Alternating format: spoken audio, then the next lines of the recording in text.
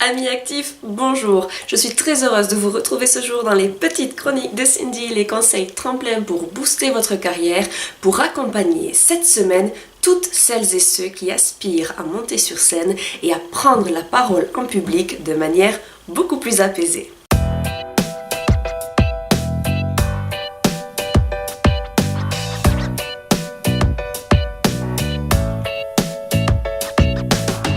J'ai ainsi le privilège de vous présenter ce jour la méthode Esprit que je trouve tout particulièrement instructive et bienvenue.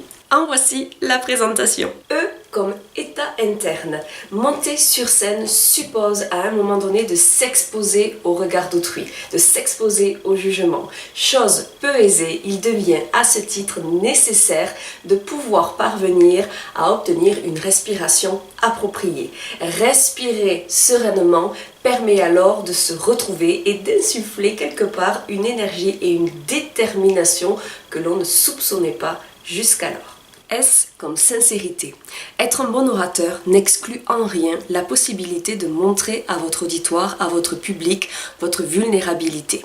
Ceci peut créer de l'empathie, puisque si vous êtes sincère, s'il ressent votre mal-être, il saura se mettre à votre place et se rappeler que si c'était lui qui était sur cette scène, il ne serait peut-être pas mieux que vous au moment où vous prenez la parole. Ceci permet donc de créer une relation de réciprocité et de compréhension mutuelle vis-à-vis de la difficulté même de cet exercice de prise de parole en public. P comme posture. Il est incontournable de pouvoir, lorsque l'on monte sur scène ou que l'on se présente à son public, de tenir son dos relativement droit, de rehausser légèrement le menton et d'ancrer correctement vos pieds sur le sol. Tous ces éléments participeront d'accroître votre stabilité et donc d'assurer une certaine prestance. La deuxième des choses est de ne surtout pas glisser vos mains dans vos poches. Ceci pourrait paraître quelque peu nonchalant et manquer d'un certain professionnalisme et de rendre plus visible encore votre mal-être sur la scène. Troisième chose que je vous invite à mettre en place. Parfois, parce que nous sommes justement timides, nous en venons à reculer. Or, je vous propose au contraire d'avancer au devant de votre public, ce qui créera en outre une relation de proximité. R comme regard. Le regard offre de la reconnaissance.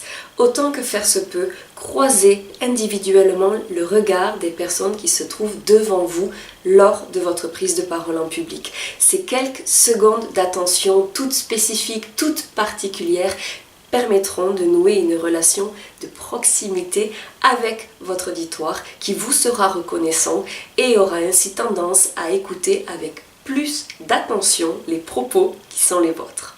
I comme intonation. Le secret d'une bonne intonation réside dans sa variation. N'hésitez pas à accentuer sur certains mots ou à en chuchoter d'autres. La diction crée l'addiction. Je vous invite que vous ayez une voix plutôt aiguë, médium ou grave, quelle qu'elle soit, à varier vos effets. T comme tempo. Un discours pour être percutant doit être rythmé. Je vous invite lors de votre discours à pouvoir moduler là encore la rythmique de vos propos. Vous pouvez à certains instants accélérer le rythme, à d'autres le ralentir, voire en certains instants de marquer une pause. Une pause sous-entend un silence. Vous avez le droit de reprendre votre souffle et durant 2 à 3 secondes de respirer pour mieux repartir sur le paragraphe suivant. Vous voici désormais armés, chers followers, pour pouvoir prendre la parole en public de manière construite et apaisée. Si vous avez aimé cette vidéo, je vous invite à la partager, à la relayer sur les réseaux sociaux et à vous abonner sans plus attendre à ma chaîne YouTube.